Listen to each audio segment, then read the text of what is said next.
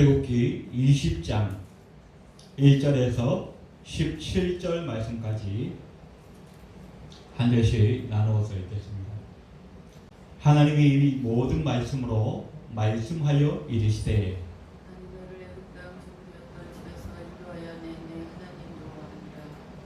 너는 나 외에는 다른 신들을 내게 두지 말라.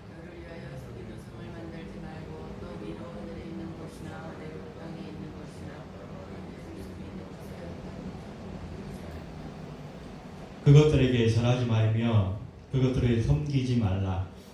나 내 하나님 여호와는 질투하는 하나님인즉 나를 미워하는 자의 죄를 갚되 아버지로부터 아들에게로 3, 4대까지 이르게 하더니와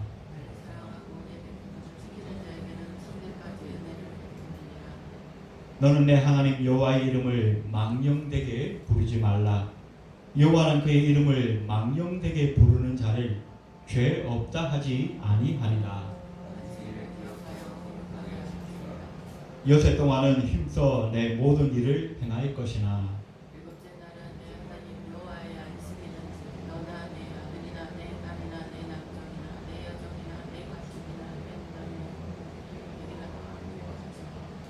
이는 여세 동안에 나 여호와가 하늘과 땅과 바다와 그 가운데 모든 것을 만들고 일곱째 날에 쉬었습니다. 그러므로 나 여호와가 안식일을 복되게 하여 그 날을 거룩하게 하였느니라.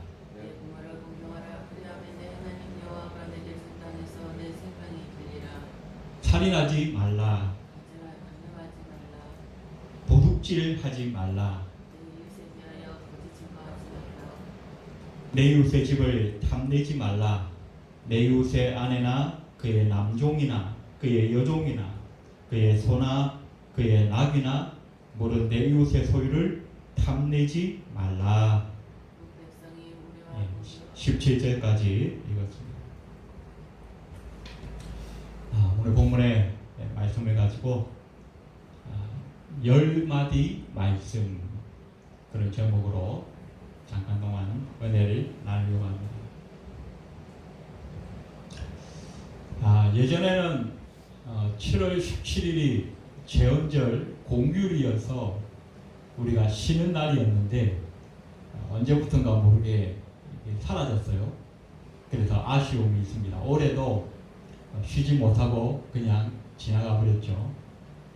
7월 17일은 우리나라의 법을 만든 제헌절이라고 우리가 알고 있습니다. 우리나라의 헌법 제1조에 보면 이렇게 되어 있습니다.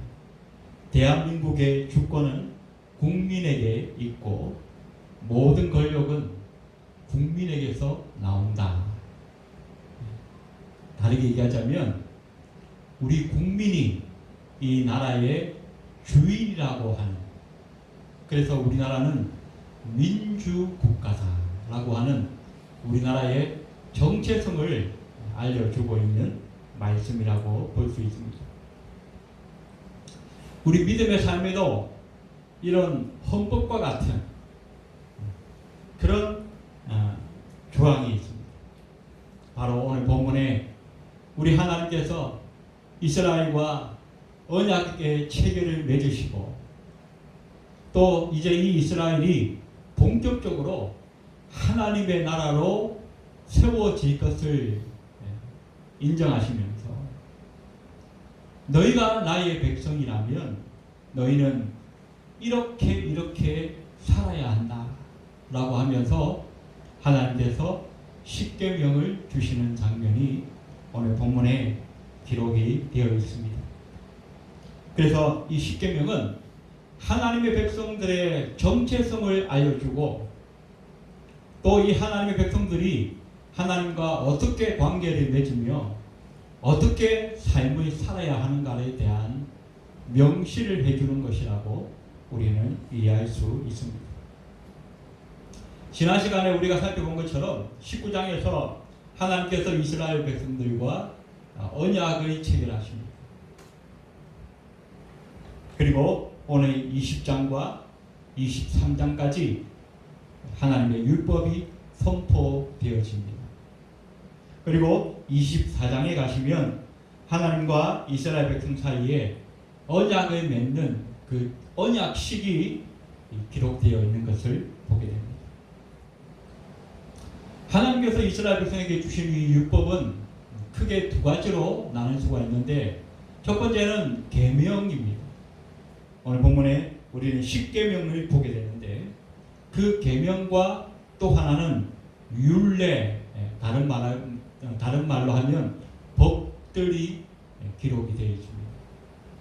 계명은 일종의 헌법과 같은 것이고, 율례는 다른 시행 규칙들이라고 우리가 이해하시면 좋겠습니다.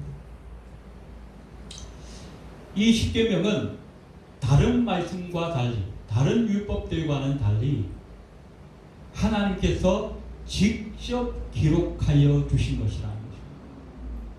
다른 율법들은 하나님이 모세에게 말씀하시고 모세가 그 말씀을 대신 기록하여 우리가 흔히 창세기부터 레위기, 신명기, 민수기까지를 모세 오경이라 그렇게 말합니다.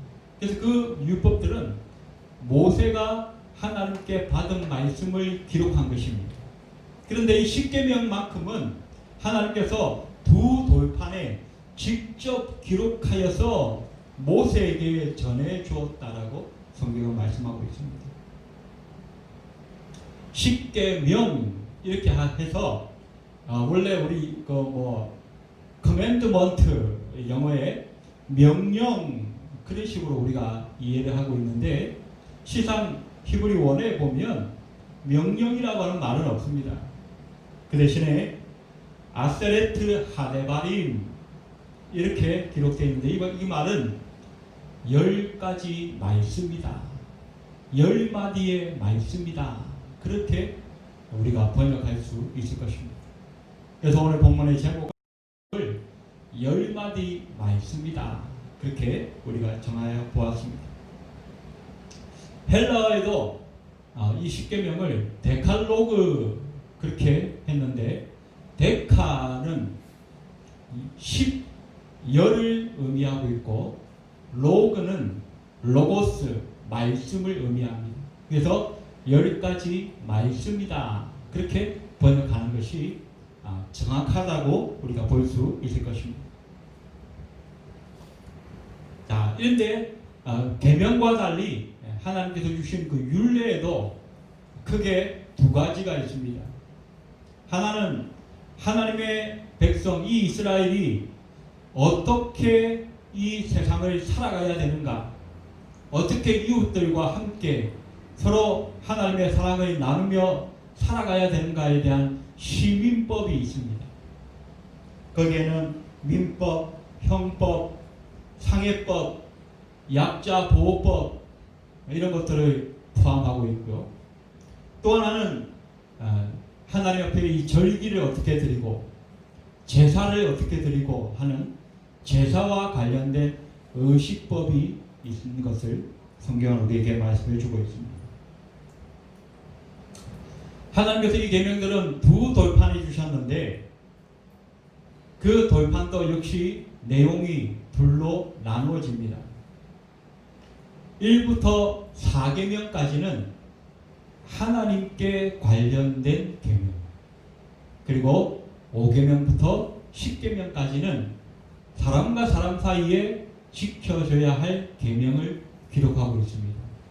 이것은 마치 우리가 주기도문을 보면 전반부 기도는 하나님과 관련된 기도, 후반부 기도는 사람과 사람 사이에 있어지는 기도인 것을 우리가 보는 것과 마찬가지입니다.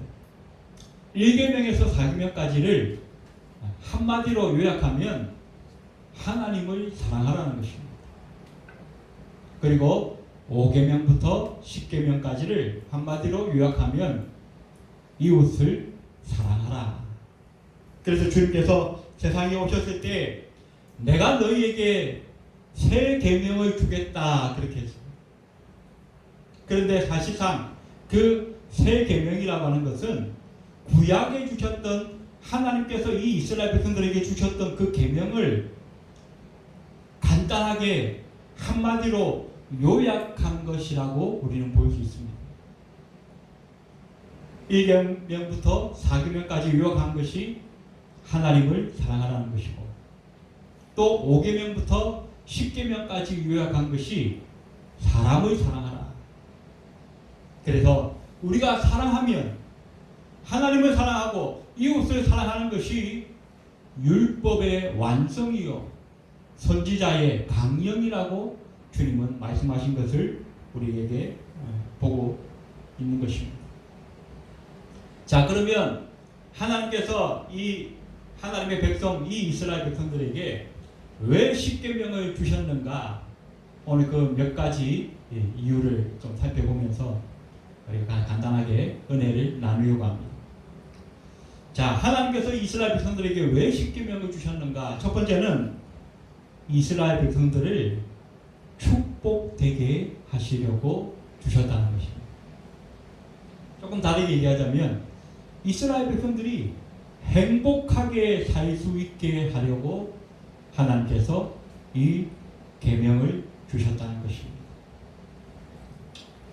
우리가 일반적으로 많은 사람들이 법, 규칙 이런 거 생각하면 좀 아유 골치 아파 그렇게 얘기합니다. 좀 거부스러워합니다. 복잡하다고 생각합니다. 우리가 예수 믿으세요라고 전도를 하다 보면 전도를 받는 사람이 신앙을 갖기를 거부하는 이유 중에 하나가 이런 것들이 있어요. 아유, 신앙을 가지면 내가 너무 구속되는 것 같아. 내가 너무 매이는 것 같아. 술도 못 마시고 담배도 끊어야 되고 주일이 되면 어디 놀러 가지도 못하고 이것도 못하고 저것도 못하고 그래서 불편할 것 같아. 자유가 없어질 것 같아. 그렇게 얘기하시는 분들이 있습니다. 그러나 저와 여러분이 예수를 믿어보니까 어떻습니까? 우리가 매여 있나요? 우리가 자유롭지 못합니까? 불편합니까? 우리가 주일에 와서 예배하는 것 때문에 우리가 많이 매여 있다라고, 불편하다라고, 속박당한다고 그렇게 생각하십니까? 그렇다면 아직 믿음의 진정한 맛을 보지 못하신 겁니다. 주님께서 말씀하셨습니다. 너희가 진리를 알지니 진리가 너희를 자유케 하리라. 우리가 주님 안에서 누리는 이 자유와 평안과 이 행복이 얼마나 큰 것인가를 우리가 예전에 기독교 안으로 들어오기 전까지는, 믿음의 세계 안으로 들어오기 전까지는 알 수 없었어요. 그러나 여기에 들어와 보니까, 이 믿음의 세계에 들어와 보니까 얼마나 행복한 것인가를 우리는 체험하고 있지 않느냐는 것입니다. 십계명도 마찬가지입니다.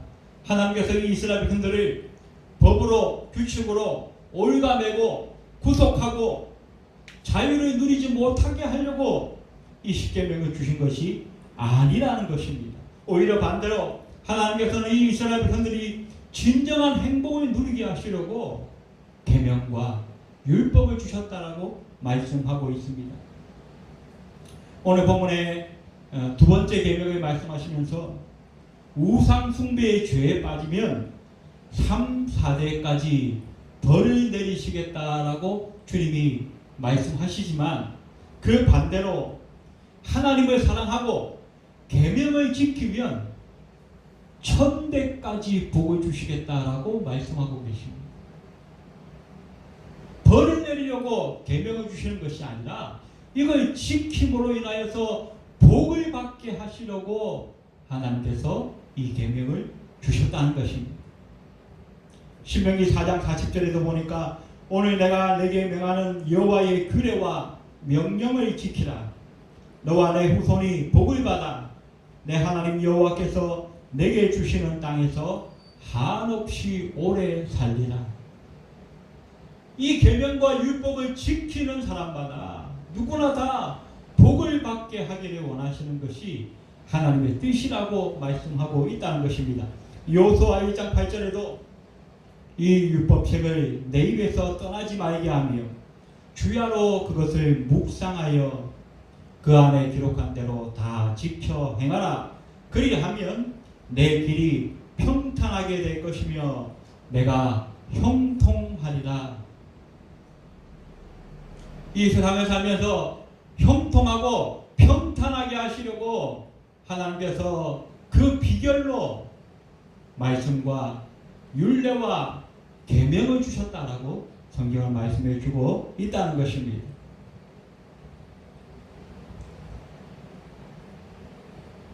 저희는 가정에 딸이 없지만 딸이 있는 부모들이 딸이 밖에 외출을 하면 꼭 하는 말이 있죠.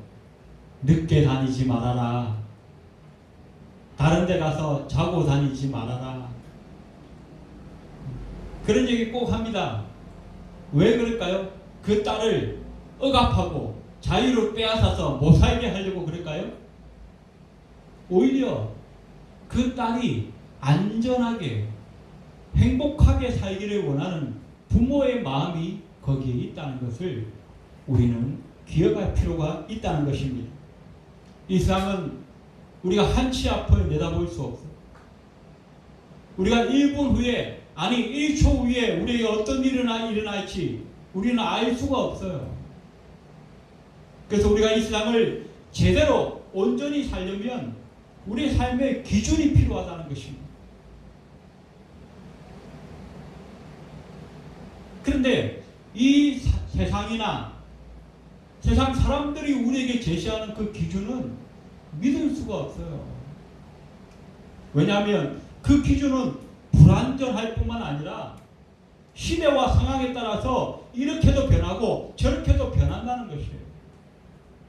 10년 전에는 진리처럼 보였던 그 기준이 불과 몇 년만 지나면 너무 반대로 우리에게 오히려 해와 악을 끼치는 기준이 될 수도 있다는 것입니다.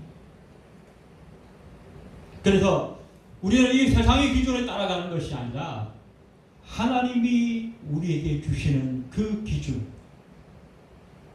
기준이란 말을 우리가 흔히 캐논이라 그렇게 얘기합니다.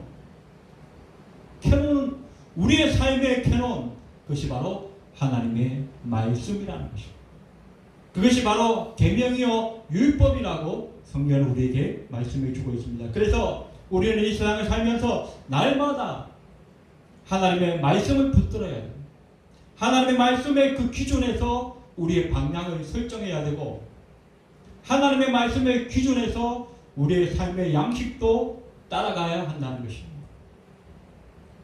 시편 119편 105절에 보니까 주의 말씀은 내 발의 등이요 내 길의 빛이니이다. 제가 예전에 군생활할 때 아주 저희 소대는 산 속에 한 20명 정도가 따로 파견되어서 산 속에서 초소를 짓고 그 부대 그 경계선을 순찰하면서 이제 경계선 안에 있는 그 탄약 창고를 지키는 경계병이었어요.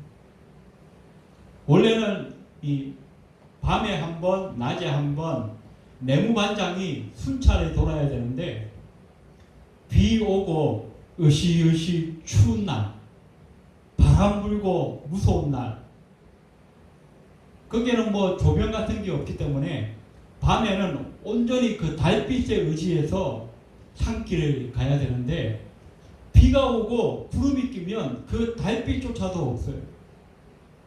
그런데 그런 날이 되면 이 내무반장이 꼭 자고 있는 날에 깨우는 거예요. 야 기용아, 너 예수 믿으니까 너는 귀신 나와도 안 무서울 거 아니야. 네가 갔다 와. 그러면서 그 순찰함을 그 시계에 꼽아서 체크하는 그 시계를 저한테 떨렁 던져주고 가버리는 거예요. 저는 쫄다 보니까 힘이 있습니까? 병장, 내무반장이 가라 그러면 가야죠. 밤에 그 비가 오고 으시으시 추운 날 탄초 위를 뒤집어 쓰고 한 치 앞도 보이지 않는 그 험한 산길을 무려 1시간 반 동안 뺑뺑이를 도는 거예요.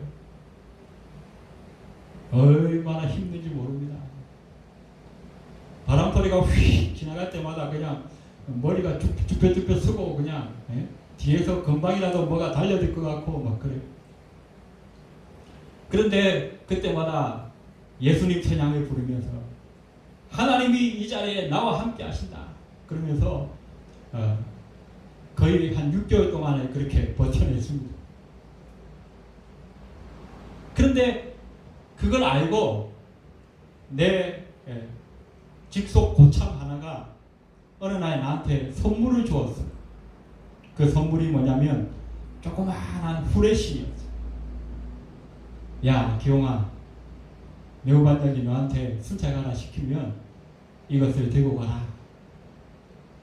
그 조그마한 마치 새끼손가락보다 조금 더 큰 그 후레쉬 하나를 들고 그 밤에 그 산길을 가는데 하나도 무섭지가 않아요. 왜? 앞이 다 보이니까.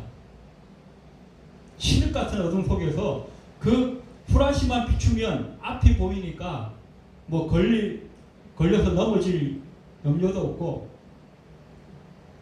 그때 그 빛이라고 하는 것이 얼마나 우리 인생에 감사한가를 체험한 적이 있습니다.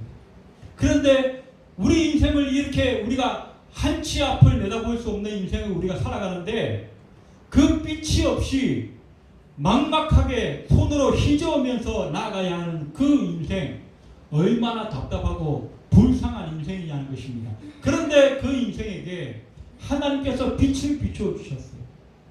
그게 바로 하나님의 말씀이라는 것입니다.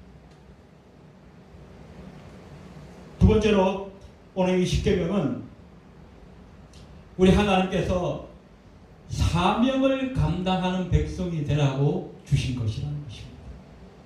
우리가 지난 시간에 출애굽기 19장에서 하나님께서 이스라엘 백성들과 언약을 체결하면서 너희 이스라엘 백성들이 누구인가에 대한 정체성을 분명하게 말씀해 주셨다라고 우리는 보았습니다. 5절부터 6절까지 세계가 다 내게 속하였나니 너희가 내 말을 잘 듣고 내 언약을 지키면 너희는 모든 민족 중에서 내 소유가 되겠고 너희가 내게 대하여 제사장 나라가 되며 거룩한 백성이 되리라.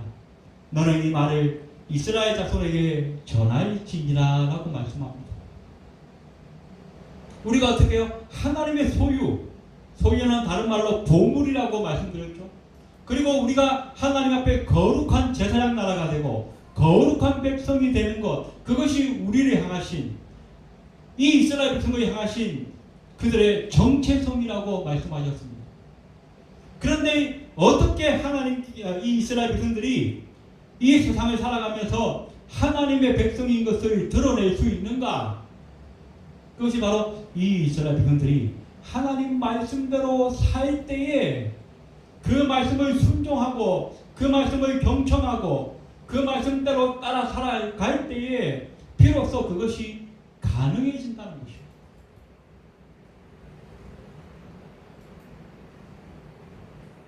특별한 직책과 특별한 언행이 요구되어지는 사람들, 그 사람들이 바로 이스라엘 백성이라는 것입니다.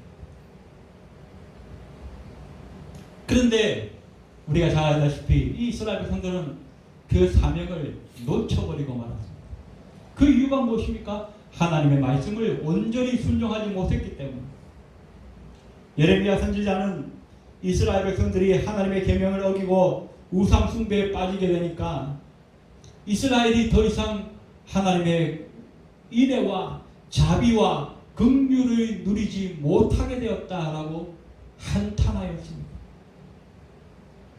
호세아 선지자는 딸과 아들이 낳았는데 딸의 이름은 로루하마 그렇게 지었어요. 더 이상 하나님의 은혜를 누리지 못한다는 것입니다. 아들을 낳고는 로암미라고 지었습니다. 더 이상 하나님의 백성이 아니다, 그런 뜻입니다. 왜 그래요? 이스라엘 백성이 하나님의 말씀을 떠나버렸기 때문입니다. 아모스 선지자는 이스라엘이 계명과 율법의 정신인 공의를 떠나버렸다고, 공의를 잃어버렸다고 안타까워하면서 아모스 8장 11절에 보니까 양식이 없어 주림이 아니며 물이 없어 가람이 아니요 여호와의 말씀을 듣지 못한 기간이라고 안타까워했습니다. 이 시대도 수많은 사람들이 목말라하고 방황하고 이리저리 헤매고 있습니다. 물질이 많아지고 살기가 편해졌음에도 불구하고 그들의 마음과 그들의 영혼은 공허하기 짝이 없어서 어디에 가서 좀 위로를 받을 수 있을까? 어떻게 하면 내 공허한 마음을 좀 채울 수 있을까? 여기저기 헤매다가 중독에 빠지기도 하고 상실감으로 자살하기도 하고 온 세상이 난리 가운데 있지 않습니까? 그 모든 것이 뭐예요? 하나님의 말씀을 떠나 살기 때문이라는 것입니다. 그래서 하나님께서 이 이스라엘 백성들에게 너희가 제사장 나라요, 너희가 거룩한 백성이요, 너희는 나의 소유된 보물인데 이 분명한 정체성을 제대로, 이 분명한 사명을 제대로 감당하며 살려면 너희가 이 말씀을 붙들어야만 한다는 것입니다. 이 말씀대로 살 때에 너희가 나의 보물이 될 수 있고, 이 말씀대로 살 때에 거룩한 제사장의 사명을 감당하여 복의 통로가 되고 온 민족과 열방 가운데에 제사장 나라로 세워져서 하나님의 영광을 드러내는 선교하는 민족이 될 수 있다는 것입니다. 이 사명이 바로 저와 여러분에게 있다는 것을 우리는 기억해야 합니다. 그렇다면 우리가 이 사명 감당하려면 어떻게 해요? 하나님의 말씀을 꼭 붙들어야 한다는 것입니다. 마지막으로 한 가지만 더 말씀드립니다. 그렇다면 하나님께서 우리를 축복되게 하시려고, 우리에게 사명 감당하게 하시려고 이 계명을 주셨는데, 이 말씀들을 주셨는데 어떻게 해야 우리가 이 말씀을 제대로 순종할 수 있는가 하는 것입니다. 우리는 율법을 지키기가 너무 힘이 들어요. 율법은 고사하고 계명조차 지키기도 힘들어합니다. 그런데 그것을 지킬 수 있는 오직 하나의 비결이 있다라고 성경은 우리에게 말씀해 주고 있습니다. 마태복음 24장에 보면 예수께서 세상 마지막 때에 일어날 여러 가지 징조들에 대해서 말씀하시면서 그 중에 하나 이렇게 말씀하십니다. 말세가 되면 불법이 성행하고 사람들의 사랑이 식어진다라고 말씀합니다. 조금 바꿔 말하자면 사랑이 식어지면 불법이 성행한다는 것입니다. 자, 다시 한번 바꿔 말씀드리면 사랑하면 법을 이룰 수 있다는 것입니다. 아이고, 그 십계명 어떻게 다 지켜요? 그 많은 율법들을 우리가 어떻게 다 지켜요? 그러나 주님은 분명하게 말씀하십니다. 사랑하면 가능하다는 것입니다. 60, 70 허리가 굽어지는 할아버지 할머니들도 자기의 그 손자를 무려 10kg, 15kg 나가는 그 손주들을 등에 업거나 가슴에 안고 기뻐하고 즐거워합니다. 힘들어하지 않습니다. 그러나 만약 돌멩이를 10kg짜리, 15kg짜리 들고 있으라면 단 1분도 들고 계시지 못하실 겁니다. 사랑은 엄청난 힘을 우리에게 준다는 것입니다. 아내가 남편과 가족을 위하여 식사를 준비하는 것은 기쁨이요, 즐거움이요, 행복입니다.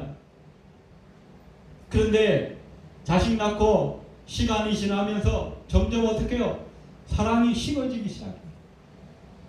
그러면 하루에 세 끼, 두 끼 식사 준비하는 것이 얼마나 힘들고 귀찮은 일이 되는지 모릅니다. 왜 그래요?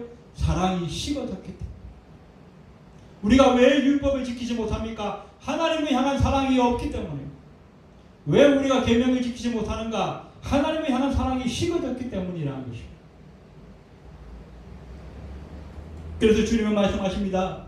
요한복음 14장 23절에 사람이 나를 사랑하면 내 말을 지키리니. 젊은이들이 연애하면 그 사랑하는 사람의 말을 지켜주려고, 그 말의 소원을 들어주려고 얼마나 애쓰고 노력합니까? 주님을 향한 우리의 마음도 그러해야 한다는 것입니다. 하나님을 향한 우리의 마음도 그러해야 한다는 것입니다. 그렇게 하면, 그렇게 사랑하면 우리가 그 계명을 지킬 수 있다는 거예요. 요한일서 5장 2절과 3절에도 보니까 우리가 하나님을 사랑하고 그의 계명을 지킬 때에 이로써 우리가 하나님의 자녀를 사랑하는 줄을 아느니라. 하나님을 사랑하는 것은 이것이니 우리가 그의 계명을 지키는 것입니다. 하나님을 향한 그 사랑, 예수님을 향한 그 사랑이 회복되어져야 할 줄로 믿습니다. 그럴 때 우리가 그 계명을 온전히 지킬 수 있고, 그것이 의무감으로 복받아야지 조건부로 우리가 지키는 것이 아니라 진정한 사랑으로, 기쁨으로, 행복으로 누리며 그 말씀을 지킬 수 있게 된다는 것입니다. 그럴 때에 진정으로 하나님께서 예비하신 그 축복과 은혜가, 그 놀라운 이들이 우리의 삶 가운데 일어날 줄로 믿는 것입니다. 시편 1편 2절과 3절에 보니까 복 있는 사람이 누구인가를 말하고 있습니다. 그러면서 오직 여호와의 율법을 즐거워하여 그의 율법을 주야로 묵상하는 자로다. 그는 시냇가에 심은 나무가 철을 따라 열매를 맺으며 그 잎사귀가 마르지 아니함 같으니 그가 하는 모든 일이 다 형통하리로다. 우리가 주님을 향한 사랑을 회복하고 사랑으로 그 계명을 지킴으로 말미암아 진정으로 복 있는 사람, 손으로 하늘이마다 형통한 이들이 일어날 수 있는 말씀의 주인공이 다 되시기를 주의 이름으로 축원드립니다. 기도하겠습니다.